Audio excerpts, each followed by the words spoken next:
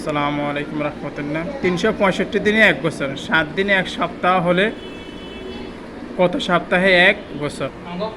7 দিনে কত সপ্তাহ হয়? 1 সপ্তাহ। 7 দিনে কত সপ্তাহ? 7 দিনে হয় 1 সপ্তাহ। তাহলে 1 দিনে হয় 7 ভাগে 1। 7 এসে বড় 1 ছোট, এই জন্য কত ভাগ? তাই 365 দিনে কত সপ্তাহ? তাহলে 1 হচ্ছে ছোট, 365 বড়, তাই কত? 365 কি গুণ। আর 365 সাথে 1 যেহেতু আছে, এখানে 1 দিলেও হবে, না দিলেও কি নেই, অসুবিধা নেই। এবার 7 দ্বারা যদি 365 ভাগ করা হয়, তাহলে 5 7 কত? 35। তাহলে 36 থেকে 35 মিনিট করে থাকে কত? 1 15। 7 গুণ কত? 14। তাহলে আর থাকে কত? 1। সে 1 না দিলে হবে, তাহলে কত? 52। এখানে পাশে আমরা রাফ করেছি, রাফ লিখতে পারবো। তাহলে উত্তর কত? 52 সপ্তাহ। তাহলে 365 দিনে কত সপ্তাহ হয়? 52 সপ্তাহ। এরকম নতুন নতুন ভিডিও পেতে লাইক সাবস্ক্রাইব করে